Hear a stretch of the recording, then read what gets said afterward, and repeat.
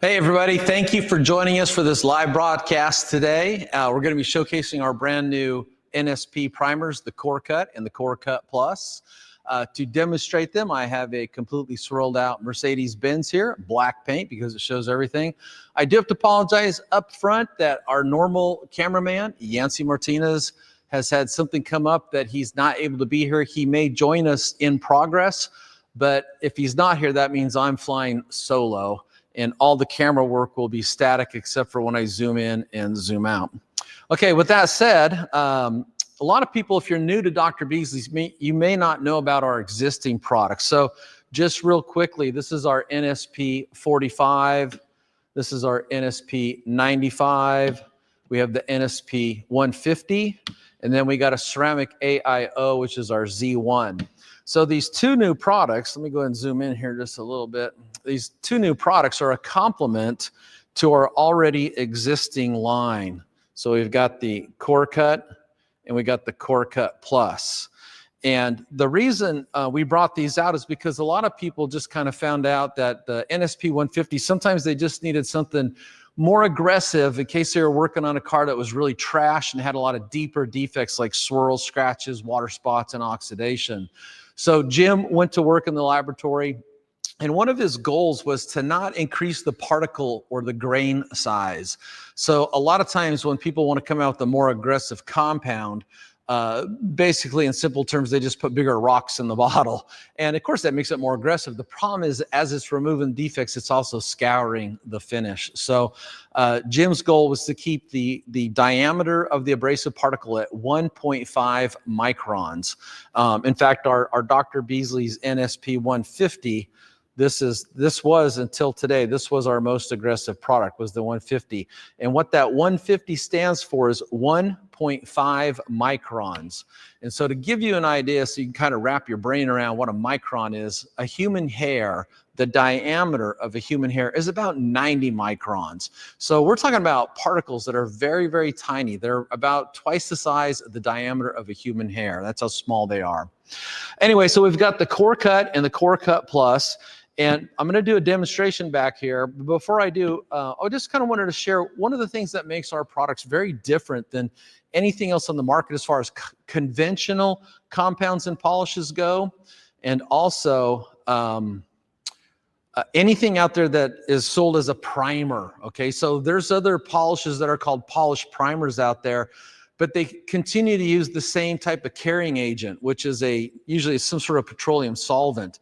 So that's what makes ours unique, is the carrying agent is called nanogel. Okay, it's a ceramic nanogel. I wanted to just put my finger in here and pull some up. It's kind of like a lime, a mint green, almost like a pudding. It's water-based, so no solvents, no oils, no silicones. And this is one of the reasons why after using any of our NSP primers, you can go straight to the coating. You don't have to use a solvent to do what's called a panel wipe.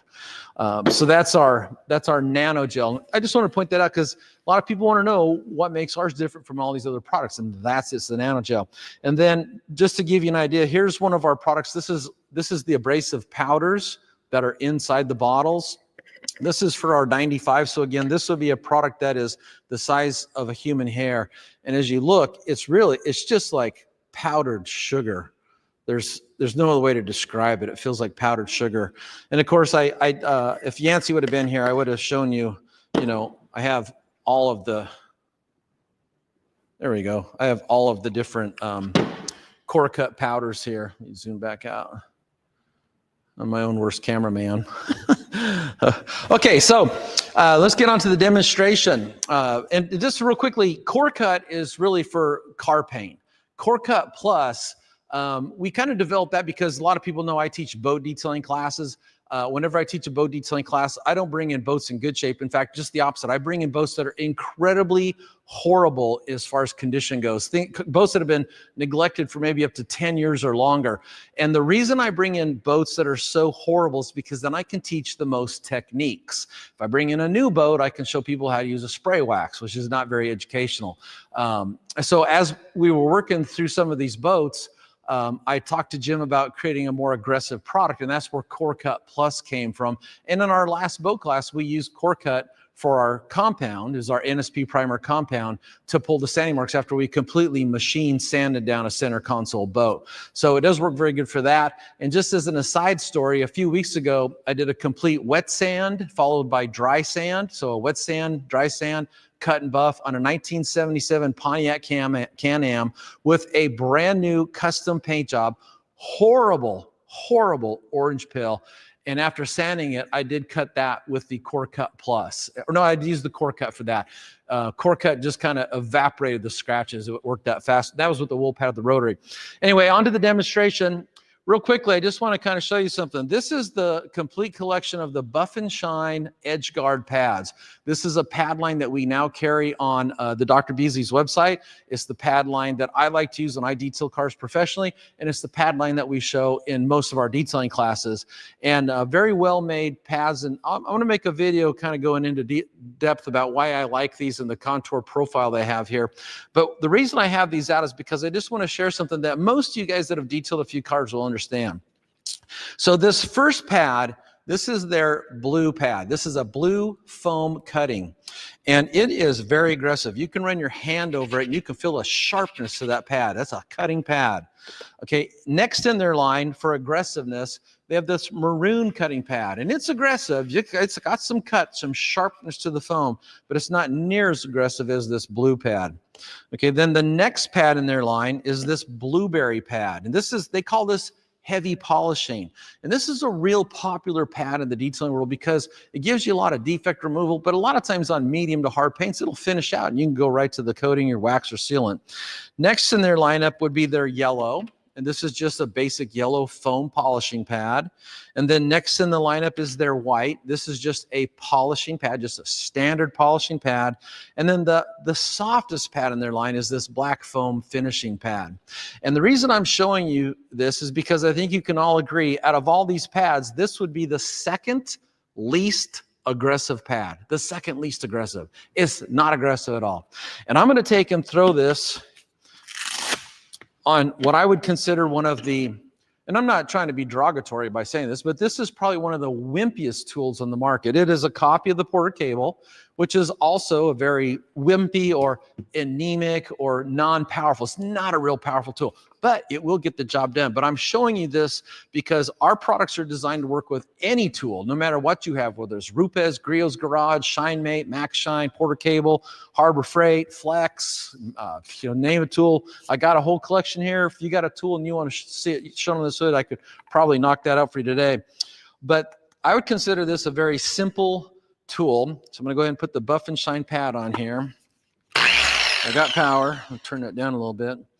And then what I'm going to do next is I'm just going to put your standard 3 dots of product. So this is the CoreCut. And you can watch this live, and then I'll zoom in and you can show the after results. Now, I did this earlier just to test the paint because I wasn't sure if this paint was hard or soft. I'd say it's somewhere in that medium range. It's not soft, but it's also not hard. And I did 4 section passes, and it pulled out 99.9% of every scratch in the hood of this car. Let me just show this before, so you can see how bad this thing is. Okay. There, look at this thing is completely swirled out. There's not an inch of this paint that doesn't have some sort of swirl or scratch in it. Okay, so there's a before. Okay.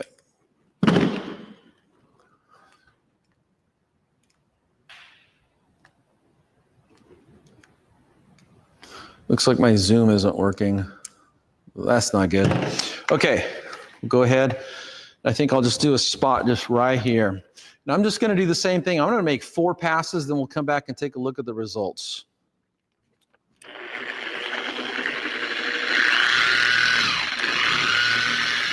Okay, stir my product out a little bit.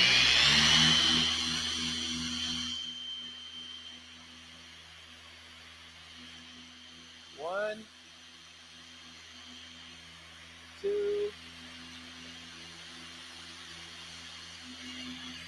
3.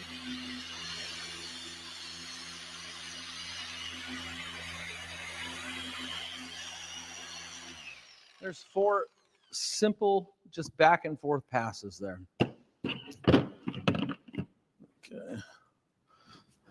And of course, if Yancey would have been here, he would have had his mobile camera, and he could have came in here and kind of zoomed in and really captured the before and after, but I think you'll get the idea. It does look good. Okay, so here's before. Where's my after? There we go. This is hard to do on camera. I can't see. Right there. So right where I have the light there, that's the little path I did. And then everything around it is completely swirled out. And just as I look myself, I mean, that is a foam polishing pad. It's not aggressive at all. What that means is the abrasives did the majority of the work. And have to excuse me. I think my remote battery might be dead.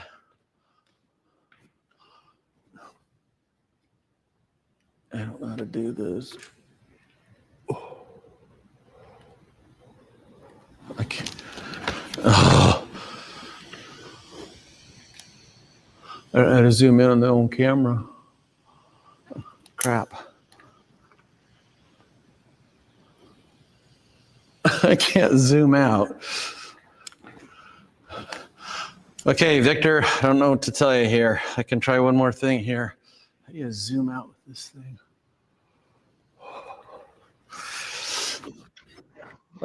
Mike, does the camera have like a lens? It does, but it's electric, so I'm not sure how to. But like, typically you can, turn on the lens to zoom out and zoom in. I don't know what kind of lens it is, but usually on the Sony cameras, it's like that. Yeah, there it goes. You go. Okay, yeah.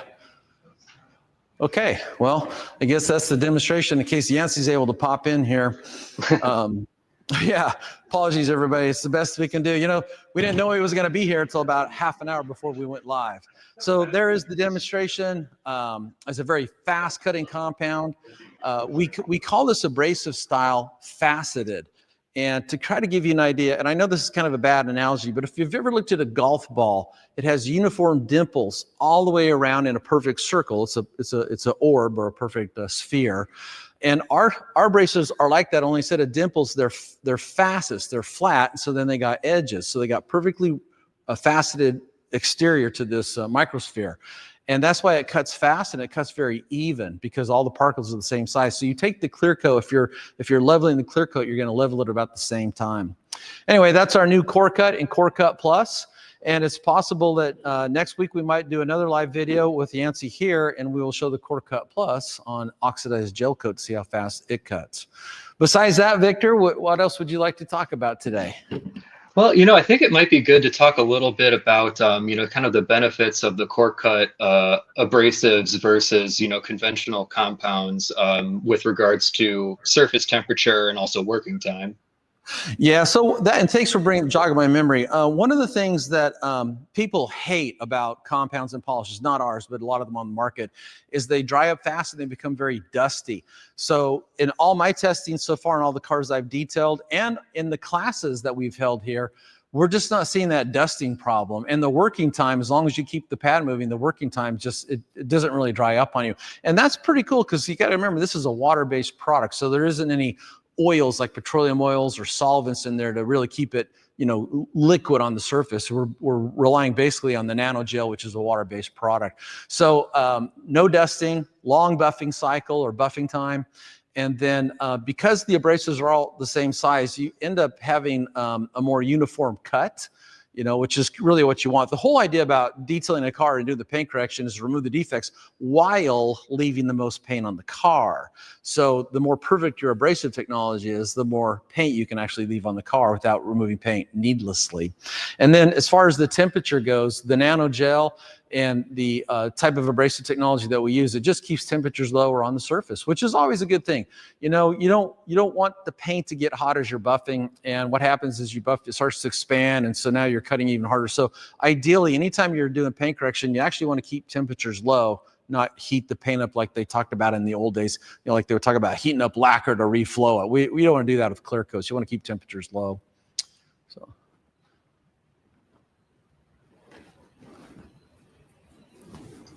Mike, did you want to talk a little? Did you want to talk a little bit about the process of formulating these products and working with Jim to, kind of perfect the abrasive technology? Yeah, so Jim started diving into this. I think basically the first thing was we were trying to come up with something that was more aggressive than NSP 150. A lot of people found NSP 150 is a great polish, but it just wasn't going to go after those deeper defects, especially on harder paint. So that's kind of was the impetus to start the research into developing some more aggressive products, but keep the particle size the same as the NSP 150. So what would happen is Jim would create some formulas and send them out to me, and they would be unmarked, and I would just put them into my classes. And of course, I bring in a lot of different types of cars, which means a lot of different types of paint. And then all the students, kind of unbeknownst to them, they were using some experimental stuff. But the more we worked with them, it showed us that he found a good formula for the CoreCut for clear coats, and a very aggressive formula for things like gel coat with the CoreCut Plus. So it's just like a lot of chemists and staff, you do real world testing on real world cars, dialing a process. I will share a little example. At my last class in February, I had a 1941 Chevy street rod, and the night before the class started, so this is a Saturday, Sunday class, the night before it started, I was looking at this car, and it looked like somebody had washed this with a lawn rake. It was totally scratched up and had sanding marks from whenever this thing was custom painted, they sanded it, but they didn't get all their sanding marks out, which is kind of the normal for a lot of the cars I see. And I just thought, since this is a two-door sedan, it's pretty long, and you can see pictures of this up in the Dr. Beasley's blog. But what happens is when you have people in a class buffing on the roof, you have a work platform in front of usually the side of the car in front of the doors, and they're standing on it to be safe to reach the roof. But what this means is nobody can get to the doors. Nobody can be working on the doors the whole time this person's on the roof. And there's also the issue that it's possible, what if someone were to fall down off the scaffolding or the work platform and get hurt? It kind of puts an end to the class that day. So I thought, I'm just going to knock out this roof tonight before I go home. And then the class can just work around the outside of it and not have to worry about doing the roof. So I jumped up there with one of my favorite tools, the Flex the Beast, I think with the blueberry pad and NSP 150, and it removed all the shallow stuff, but there was just deeper scratches everywhere. And I could tell right away this paint was rock hard. So I ended up grabbing a wool pad and the CoreCut, and I compounded the entire thing with CoreCut and a wool pad on a rotary. Came back, polished out the roof with NSP 150. And because we were doing a show car detail, which is a 3-step process, then I showed NSP 95 before we coated it. But I was just impressed with how fast the CoreCut, together with, a wool pad on a rotary, just how fast it cut. And the same thing, if we go back to the Can-Am, I recently did a complete wet sand cut and buff on. You could just literally sit there and look at the sanding marks just disappear as you buff. So it's a very fast cutting compound. In fact, I would even go so far as to say, as anybody that's using the CoreCut, and especially the CoreCut Plus, you might want to be careful. This stuff cuts fast. It's not going to take as many section passes as maybe you're thinking it might. So maybe always dial in your process by doing a test spot. And as you just saw me right there, I just did 4 section passes in a linear line there, and it pulled everything out. So the only way to know at what point your process is pulling the defects out is to under polish, not over polish. If say I would have done 8 section passes there, them scratches might have been gone at 2, but I wouldn't know it if I did 8. So you always want to underdo the number of passes you're doing when you do a test spot, because that helps you to gauge how hard the paint is, because you can tell if the defects are coming out or if they're not coming out by the number of passes you had to do. But 4 passes on this kind of tells me the paint's at least on the medium side, maybe medium soft side, but everything came out. And again, that was with what I'd consider the weakest tool in the market. Nothing against it. It's a great tool. I like using 8mm free spinning random orbital polishers, but it's not as aggressive as, say, a long stroke or a gear driven, and definitely not as a rotary. So if you can do it with the wimpiest tool, it means you can probably do it with any tool out there. So Victor, can you hear me?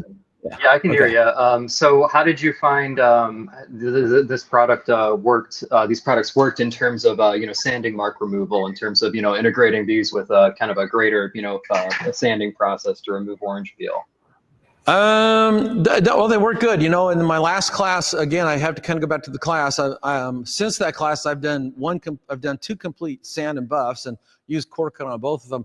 But in a class situation, we had a 1934 Ford 3-window coupe street rod with a custom red paint job. The class did a 2-step sanding process, so hand wet sanding, which is one of the skills that we like to teach in this advanced class, and then machine dry sanding to refine the hand sanding works to make them more shallow and easier to buff out. And then the class took wool pads and rotary polishers with CoreCut to it. Some of them may have played with the CoreCut Plus. I don't remember. I put them all out there. I said, please stick with the CoreCut. And it was, you know, again, one of the things that I do for my classes is I document them with pictures, and you can go to the Dr. Beasley's blog or my forum, and you can find the write-ups for our classes, and it shows the before condition, it shows the process, that means the people doing the work with the different tools and the different products, and then I show the after results. And the gentleman that owned that car, he first thing he did that week was took it to a car show, and everybody, all his car buddies knew he was getting it sanded down at the Dr. Beasley's detailing class, and he says nothing but accolades, nothing but compliments how nice it looked. So, and you got to keep in mind that in most cases, a class like this, one I just taught in February, it's the first time most of these people have ever hand sanded. It's the first time they've ever machine dry sanded. So currently at this point, we're just using the Flex cordless DA sanders and the Pixie, the Flex PXE80 with 3-inch discs. And it'll also be the first time they've ever used a wool pad on a rotary, you know, so this is all new techniques they're learning, and yet the cars all come out looking amazing. And part of the reason is good instruction, but the other reason is good abrasive technology. You cannot get good results if the stuff you're starting with actually doesn't work. And you know, there are some products on the market that they just don't work. They remove defects, but they leave their own defect behind. So that's one of the goals Jim has, is create products that remove defects, but now they're ready to go either to the coating or to the final polishing step. All right. Well, I think we're about to ready to bring in Jim Lefebvre. Jim, in case you guys don't know, is the founder and chemist for Dr. Beasley's. So he formulated the original Nano Surface Primers, and he also formulated, you know, CoreCut and CoreCut Plus, obviously. So he's going to join us and kind of talk with Mike a little bit about the development of the products, and then we'll answer some of your questions from the chat. So let's get Jim in here. All right. All right, so welcome to the stage, Jim Lefebvre. Hey, Jim. Hello, hello Mike. Wait. Oh, it's better. I thought I was hearing an echo. Talk to me, Mike. Testing, sound check, 1, 2, 3. Ah, perfect. Okay, very good. Okay. Who wants to volunteer to help me buff out the rest of the Mercedes today? All right. Well, did you guys want to talk a little bit about the development of these products and how you guys kind of work together, tag team, to sort of test these and you know, bring them to the full potential of what they can do? Sure. Yeah, let's talk about. Yeah, I think you guys talked about the exception. I saw you by talking about a little bit about the faceted technology. Yes. And it's hard to show, hard to describe, but we did have an image of it. I just wanted to share that. So, I don't know if we can see that on the camera, but this is viewing very closely basically the CoreCut Plus, the highly faceted, and the less faceted. This is halfway between. This is a split image. Two pictures put together showing the differences. So I make sure people saw the faceted. That's how we're able to, with the same size abrasive, with the small abrasive, we're able to get aggressive stance in that and be able to get some really remarkable cutting action without the damage and without using bigger rocks. Just being smarter about the aggressiveness of the surface. It's like the difference between a snow tire or a mud tire on cars versus a summer tire on cars. And going into this, when we first using these abrasives, we did not know that this is where the first people to use this sort of technology on these spheres. So it's pretty cool stuff, and we're able to get great results, great action with less damage and with tremendous speed. Yeah.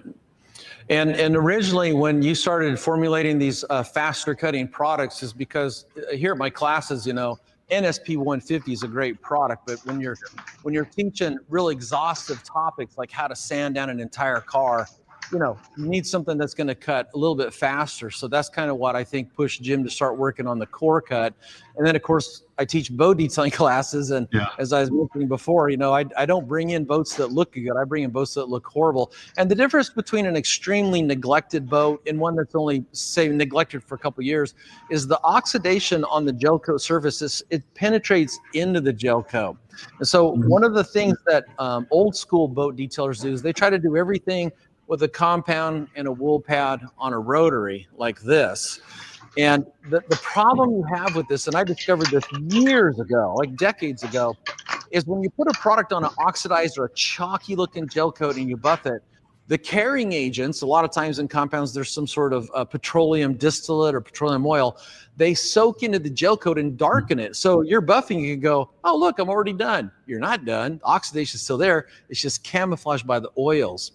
And so, so deep oxidation is deeper. So I've always taught just sanding, and then Jim had this idea to bring out this CoreCut Plus, and with some boats at least skip that whole sanding process because it cuts so fast. So it cuts deep and it gets the deep oxidation out of the gel coat boats. So that was kind of one of the reasons we were trying to formulate something more aggressive on that spectrum, was just for anybody's got to work on a super neglected boat. I will tell you, I have used the CoreCut Plus on car paint, but it's always custom paint, not factory paint. Factory paint's pretty thin nowadays. You really want to use good abrasive technology like the NSP primers.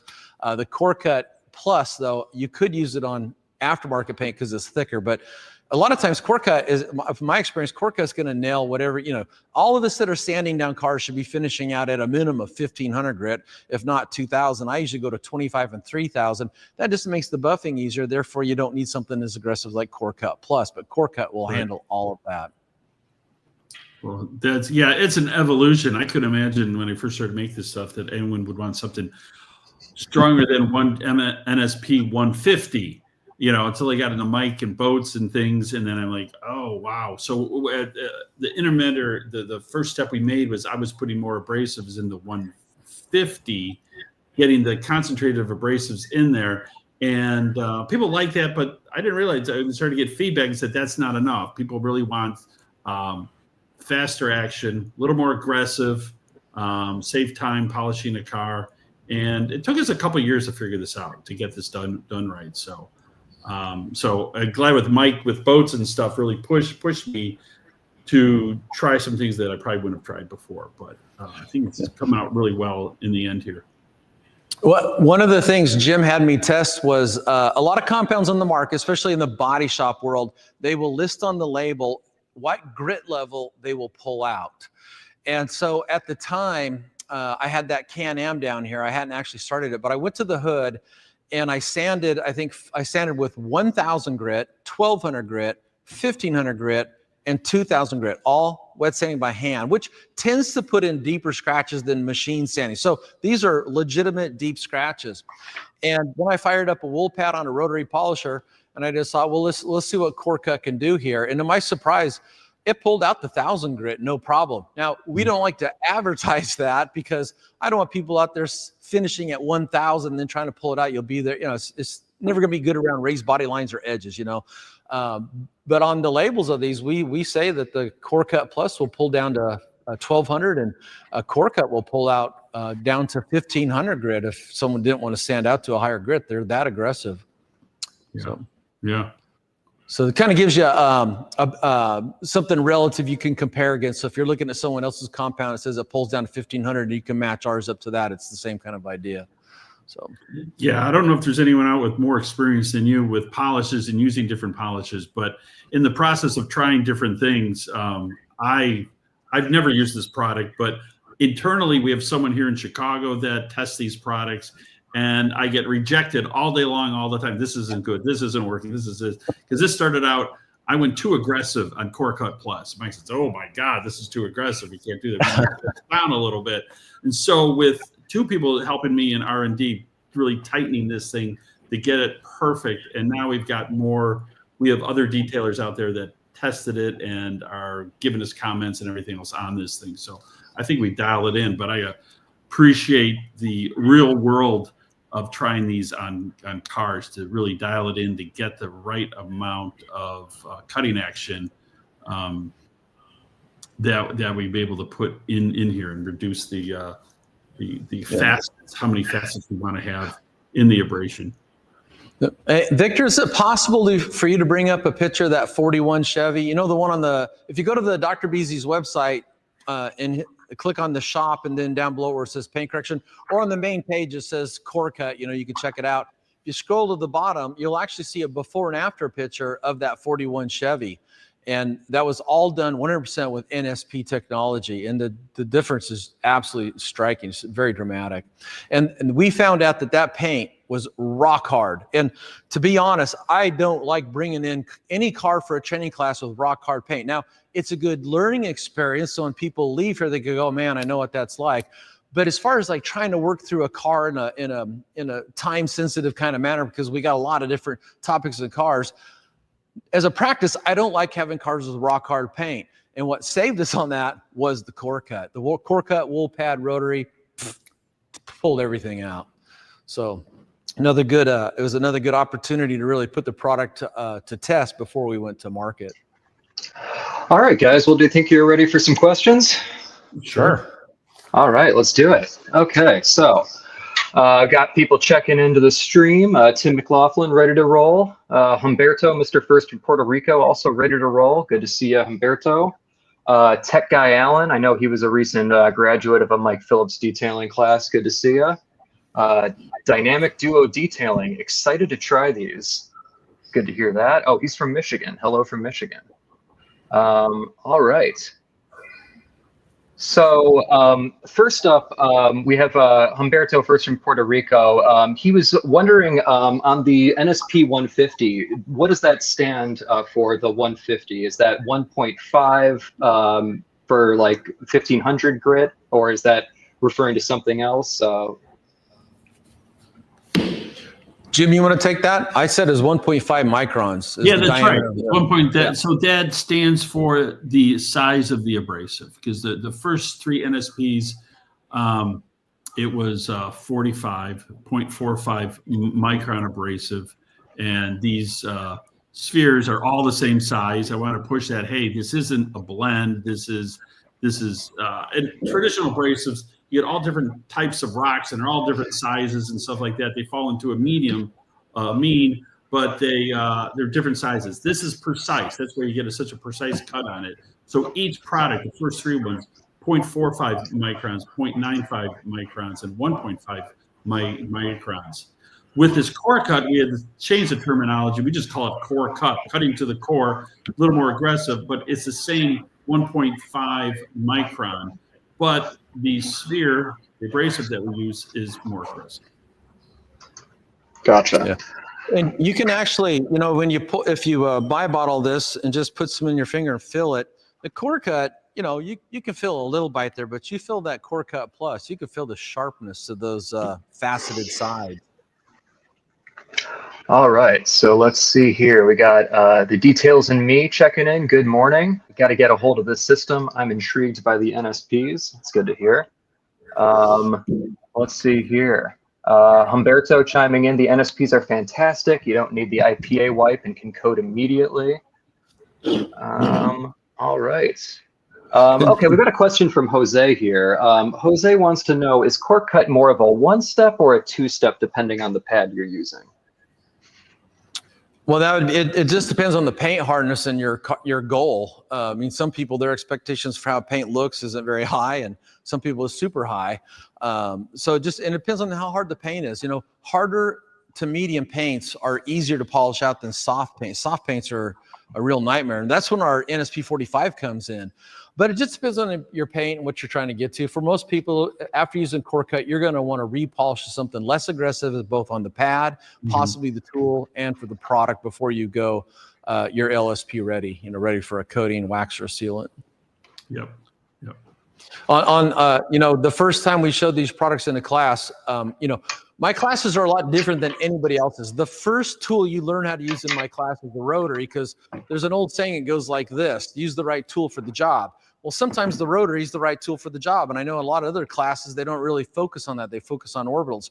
So it's the first tool I put in your hand, and I bring in cars that are in really bad shape to match that tool, to use the right tool for the job. And we were using, but for that particular process, I wanted to show what's called show car detailing, you know, because maybe you have a customer that wants the best for their Porsche or their Corvette or whatever they may be driving. So we showed CoreCut, NSP 150, NSP 45. Then we went to coating. I think we used the Nano Resin 2.0 on it. Came out flawless. We could have stopped at the 95 or at the 150. It looked good. But I was teaching a 3-step process. So back to the guy that asked the question, you know, everything should be dialed in when you do a test spot. You should always do a test spot on a horizontal surface that you can look down on, like the hood or the trunk lid. And usually these are the worst condition panels because they take the brunt of Mother Nature. But you want to dial in your process right then and there and get your process so you're happy with the results. Then all you got to do is duplicate that process over the rest of the car. But that's when you would find out if you needed to use a follow-up process after the CoreCut for that type of paint, for the pad you're using, for the tool you're using, and your technique. Great. Good answer. Awesome. Jose followed up and said, I also work on boats and do side-by-sides once or twice a year. CoreCut Plus would be great to use. Half the stuff I work on is neglected gel coat. So he sounds like the perfect user for this product. Yeah. You know, the only boat I ever really liked to detail personally was the boat I used to race. I like keeping it up. All the rest of the other boats, I'm like, I don't really like boating, but I do like teaching it as a topic because it's one of those things where there's an old saying goes like this: work smarter instead of harder. And everybody says that, but no one actually shows you how to execute it. So that's one of the things I do in our classes, boat and car, is I show you how to work smarter instead of harder and execute that. So you can do things faster. You know, the faster you can detail a boat or a car, generally speaking, the more money you make versus having it draw out. So there's some validity to that, working on horrible condition boats. All right, we got Mike G detailing here. Good to see Jim live. People are excited to see you, Jim. Now, this is a question that Humberto asked, but I'm reading Tech Guy Allen's question. He's wondering, does the CoreCut have a shelf life or time frame when it might lose effectiveness after years? Yeah, I can answer that. It does. We don't like to leave it open for more. I think it's a year. It's about a year. After a year, it starts to lose it a little bit. And we have special bottles that might be 2 years in there. We got these new bottles that Mike is showing off that really hold. Yep. This is ceramic stuff, so you don't want humidity stuff to get in there because it kind of changes. It can fall apart a little bit. But after you open it, 8 months to a year, you should go through that. Those are refill bottles, so we do sell this in a 32 ounce, so you can refill it and you're fine. But it is a sensitive product. It's best to keep it in a refrigerator too. It can last even longer. So it does have about a year. That means I need to buy a really nice big fridge for down here, right, Jim? Yeah. Maybe a keg fridge too. Put some beer. As long as you keep it air conditioned, go ahead. As long as you keep it air conditioned, you should be fine. But you don't want to get too hot. Yeah, and one thing, I'm teaching a class in 2 weeks with Jason Rose from Rupes. This is going to be an amazing class. It's going to be at the American Muscle Car Museum. We got 6 incredible cars you get to train on. But years ago, someone had told me something that Jason Rose had taught in his class, and he talked about it's real important when you're done using a product each day to make sure you tighten that lid down, because just the air being able to get in there and products being able to evaporate out can change the mix of the formula. So that's just a good a best practice or a rule of thumb for anybody's product. When you're done using it, tighten the lid. And our new bottles have these really nice twist off lids. They're actually very nice bottles. I love these things. And Jim, before you joined us, one of the things that some people ask about is our carrying agent. So I have the nanogel up here. And remember when we had the discussion where someone was kind of saying all these primers are the same, and I was saying no.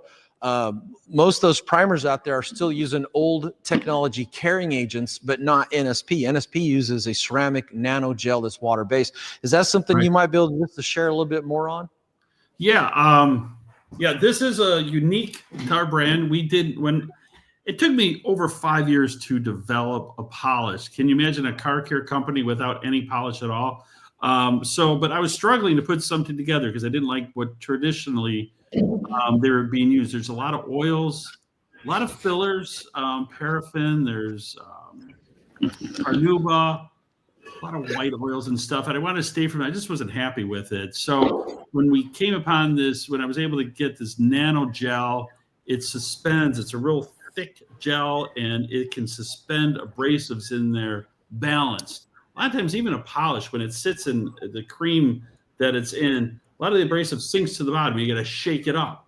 I wanted something that would suspend it in my tube where you don't have to really shake things up. It's not going to move. It's so thick, it's not going to move. That's why you put them in the tubes. And now we have them, and now we're starting to put it in this real nice bottle that it suspends the abrasives perfectly in there.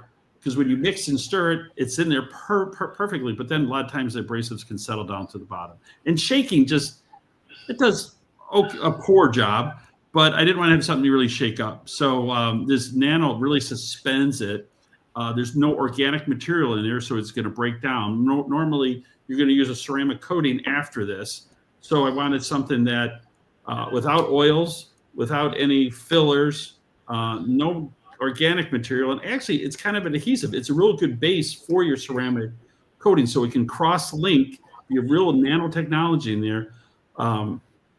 When you polish for hours and hours upon the surface of a car, you're going to leave a little residue in there. Even if you wipe it off a towel, there's going to be a little bit there, and it's the foundation. And you put a coating on top of that, our brand or someone else's brand, it will cross-link, and it creates a really good foundation where your coating will last a lot longer. There's a lot of coating failure out there. When there's organic material, where there's oil there, even if you do a wipe, you're not getting, we've seen that you don't get it all off. This foundation will keep it in play because absent of those organic materials, this is all inorganic. And once I had that, and I can make it really thick, when we suspended the abrasives in there, it just did a fantastic job. Yeah, and I think that helps. That's why I love having this nano gel, and I also have all the powders. Mm-hmm. So when I'm teaching my classes, most people don't know how a compound or a polish is made. So it's easy for them to wrap their brain around it. If I can pull this out, stick my finger, and go, and here's the ceramic nano gel. Oh, that's what that is. It might not help them detail a car, but at least they got that little bit of background information that they never even get from anybody else. Yeah, and it's Earth Month. What do you call it? You got Earth Day this month. You put your finger in there, which is actually okay. This is water-based. There's no VOCs in there. There's no solids in there. This is a fairly friendly material that you can do. So you putting your finger there, it's okay. It's okay. There's no harm going to be done there. So people viewing this might say, "Oh, he's putting his finger in there. He doesn't have a glove." Actually, this is. You look at the SDS. It's the safest thing out there. So. Yeah. It's really, really powerful base that we have this in. Awesome. Well, we got lots of people saying nice things about the CoreCut products. I got D. Parker here from Automates Auto Detailing. He says he was fortunate enough for the opportunity to test CoreCut and CoreCut Plus, and he says he can confirm everything Mike is saying is true. Works great on the hardest of hard paints. Yeah, we actually introduced this at Mobile Tech Expo. So Jim was there, I was there. My counterpart in Chicago, Christian, was there, and we had 2 black hoods set up to demonstrate this product. So when I first got there, the first thing I wanted to do is I wanted to test to see, is the paint on this demo hood, is it soft, medium, or hard? And what we found out, it was really hard. And me and Christian together, we were finding this is like I mentioned at the very beginning of the video, this is called a heavy polishing pad. This in CoreCut was pulling, I think, 2,500 and 2,000 grit sanding marks out, no problem. So, pulling sanding marks out with a foam pad on an orbital polisher, you got to know that most of that abrading ability is coming from the abrasives, not the pad, not the tool, not your technique. It's all abrasive based. So it was a pretty impressive, black paint shows everything at the lights at Mobile Tech Expo. So it was an impressive demo. Yeah, I just want to thank D. Parker for chiming in here, giving his real world opinion of this. So that's great. Thank you very much. And then, Jim, I don't know if you saw this, but I just buffed a section just right here. And one of the things I showed is first I kind of, in case there's some people that are kind of new to detailing, I wanted to explain that there's different types of foam pads. So we had everything from super, super aggressive to polishing to finishing. And I pulled out all the swirls in this hood using just a foam polishing pad, or it's called a polishing finishing pad. It's that, I put my makeup on in the morning with this pad. It's so soft. And it pulled everything out, pulled 100% of everything out. So the abrasive, the microscopic size abrasives that Jim's developed for this, they do in fact work really well. And if you can buff out a car and not have to use super aggressive pads, then you don't got to worry about what's called pad marring, because even an aggressive pad can leave its own scratch pattern in the paint. So there's always a benefit to having something that works in kind of a synergistic, compatible way. The product and the pad working together on the paint. Now, this is an interesting one. Perfect Shine of Jax says, "Greetings, Jim. I have been using the sample you sent me of CoreCut Plus, and I've been amazed at how quickly it removes extreme hard water spots off glass. Great product." Now, Jim, did you ever anticipate people would use this for water spots on glass? Something as aggressive as CoreCut Plus? Well, I've been to Mike's class before. So he says where he can use what's on the paint, you can use on the glass. So I'm not surprised. I guess I didn't think of it, but I think it's, for surface water spots, it should be fine. It's fine to use, of course. And so I talked to Russell about this, and one of the things, Russell lives way up north in Florida, and he says he could probably tell us about the minerals in the water, but he says almost all the cars he details have horrific water spots and a film on the glass. So part of the thing he has to do with every car he details is handle the glass. So of course, Russell being Russell, he experimented on the glass, and I think he was telling me he's using nothing but a foam polishing pad with the CoreCut, and it was taking everything off the glass. He may have said it's his new favorite way to get water spots off glass. He can chime in and say that. Yeah, for reference, Russell said, P.S. our water is 400 ppm of hardness. So there's your actual number of how hard that water is. Parts per million. Yeah, parts per million. How much? That's how much abrasives or how much salt is in that water. Dissolved minerals and contaminants. Nowadays, city water, well water, every water has just a lot of dissolved sediments in there. And definitely don't want to be drinking it. One thing I missed about the gel that it's in, I don't know if you talked about this or not. You talk about how it sits on the pad and how little you need to use. A lot of other products, they soak into the pad. You have to use a lot. So yeah, if you can share the actual use of this product. Yeah, I'm glad you brought that up. So years and years and years ago, I wrote this article that talked about how many pads it takes to buff out a car. And for the compounding step, it was like a pad per panel, because when you're using a conventional or a traditional compound and polish, the carrying agents. So when you're making a compound or polish, you got the powders, the grains, the abrasives, and you got the formula, that's the wet part. And using this conventional stuff, you put it on a pad and it just soaks in. And of course, when you put a couple pea-sized drops on the face of a pad, and then you put that down on the paint, the first thing that product does is goes, foam absorbs. It goes into the pad. Then you do it again. Then you do it again. Pretty soon that pad's loaded. It's wet. It's saturated. And it's not going to rotate very well on anything that's like a free spinning random orbital polisher. And so as I started working more and more with the NSP products, what I found out was these products kind of just sit on the top. I never had a saturated, soggy pad.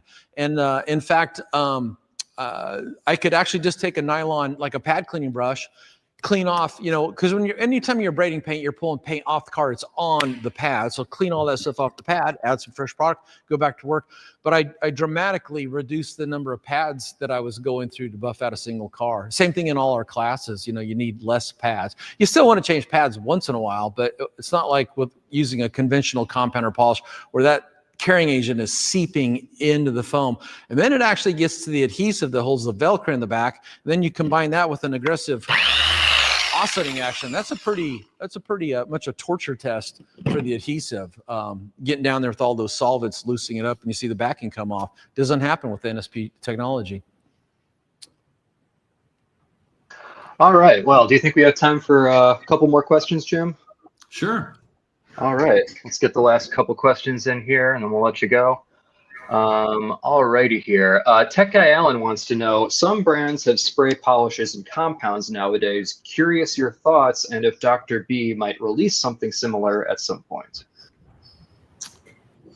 You know, we did have a spray polish at one point. I just wasn't satisfied. I haven't tried it with these spheres in size and at this with the study of the spray nozzle, but what we had years ago, I wasn't confident all the as much abrasiveness that I wanted to come out of the spray.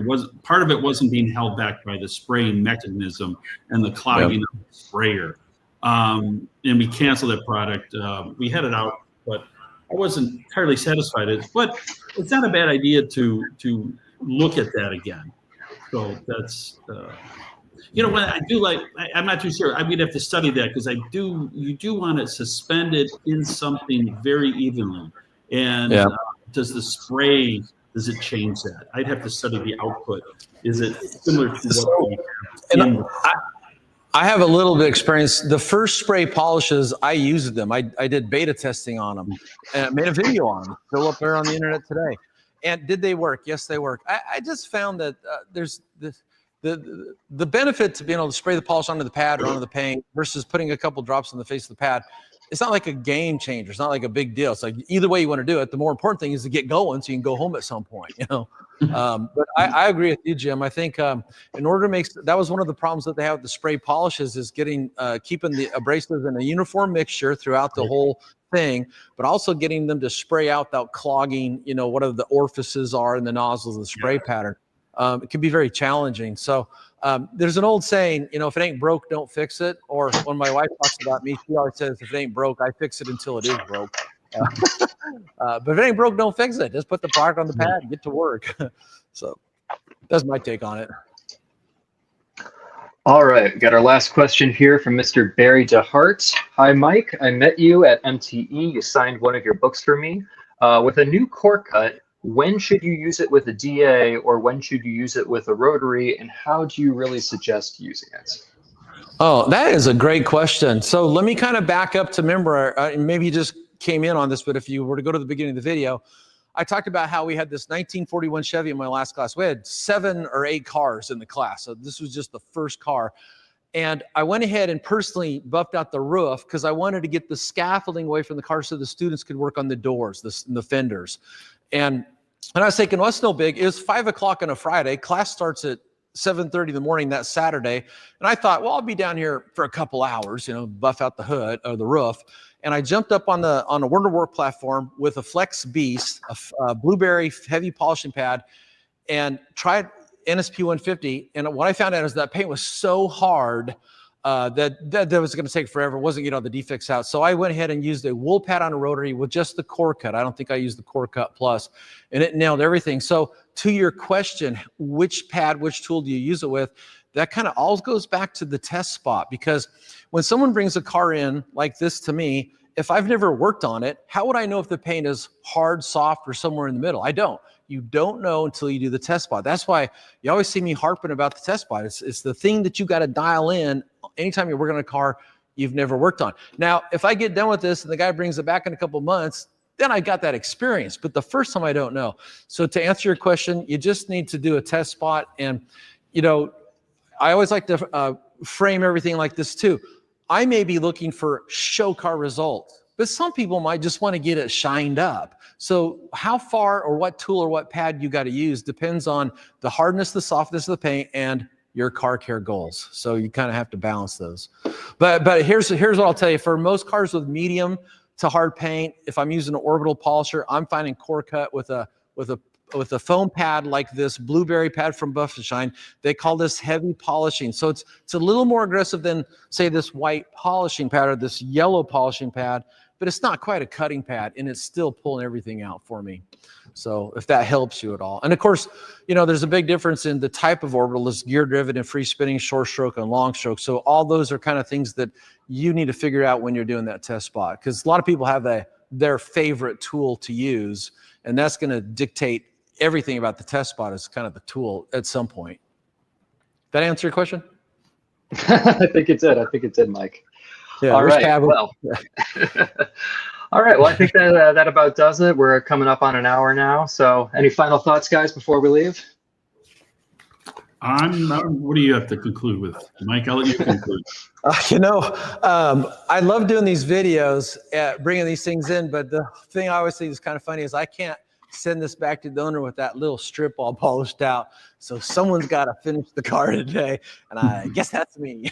But with CoreCut, it'll be a pleasure. Yeah. Have fun with that, Mike. Thank you. All right. Well, thanks everybody for joining the stream. We might be back next week with a gel coat demo once we have Yancey back. So, be sure you're subscribed to the Dr. Beasley's email to find out when that's going to happen. All right. And if you're on social media, head over to Yancey's Instagram and Facebook page and wish him happy birthday. I think he turned 53 today. Yeah. Thank you for mentioning that, Mike. That's great. All right. Well, happy birthday, Yancey, and take care, everybody. We'll see you next time. Okay. Bye, everybody. Bye-bye.